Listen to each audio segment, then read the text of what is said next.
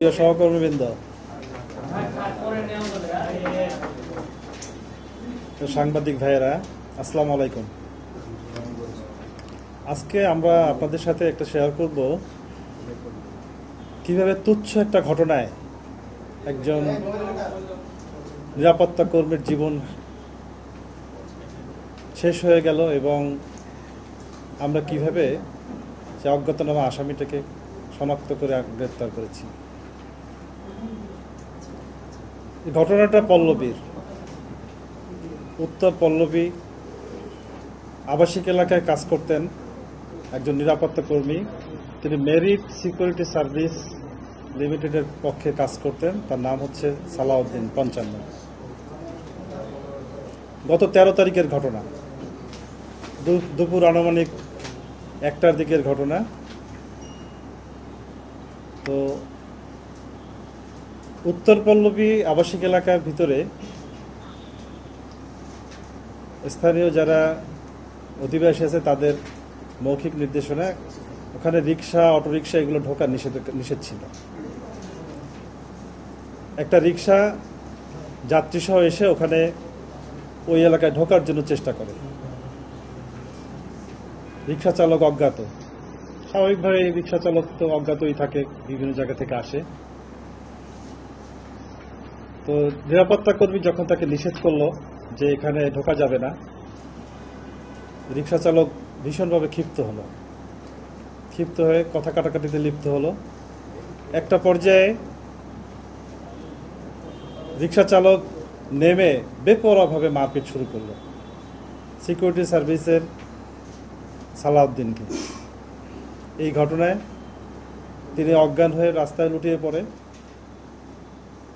এবং সামাজিক লোকজন, রাস্তার লোকজন তাকে নিয়ে হসপিটালে অ্যাডমিট করে। পরের দিন দুপুর 3টায় চিকিৎসাধীন অবস্থায় সে মৃত্যুবরণ করে এবং ভিকটিমের স্ত্রী হালিমা বেগমের দেওয়া এজাহারের ভিত্তিতে একটা হত্যা মামলা পল্লবী থানায় রুজু হয় এবং ঘটনার পর থেকেই অজ্ঞাতনামা রিক্সা চালক সে পলাতক ছিল।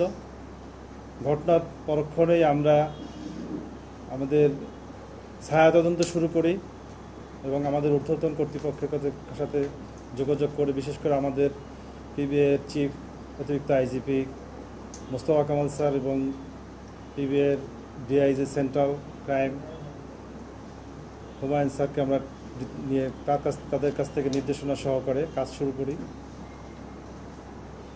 তো প্রথমে আমাদের যেটা হার্ডেলটা ছিল সেটা ছিল যে তার পরিচয়টা শনাক্ত করা। ঢাকা শহরে হাজার হাজার রিক্সা চালক আপনারা জানেন। আমরা স্থানীয় দিনের বেলার ঘটনা যেহেতু সাক্ষীদের সাক্ষ্য নেওয়ার চেষ্টা করি এবং সিসি ক্যামেরার ফুটেজ থেকে শুরু করে এবং গোয়েন্দা তথ্য সংগ্রহ করি বিভিন্নভাবে, এবং আমরা একদম দিনব্যাপী ব্যাপক অভিযান পরিচালনা করি বিভিন্ন জায়গায়। আপনার পল্লবী, শ্যামপুর, কলাবাগান এরিয়া, এরপরে আমাদের এই এলাকায় আমাদের ব্যাপক অভিযান পরিচালনা করি এবং একটা পর্যায়ে আমরা তার সিসি ক্যামেরার ফুটেজ সম্পর্কে কিছুটা ধারণা দিতে পারি।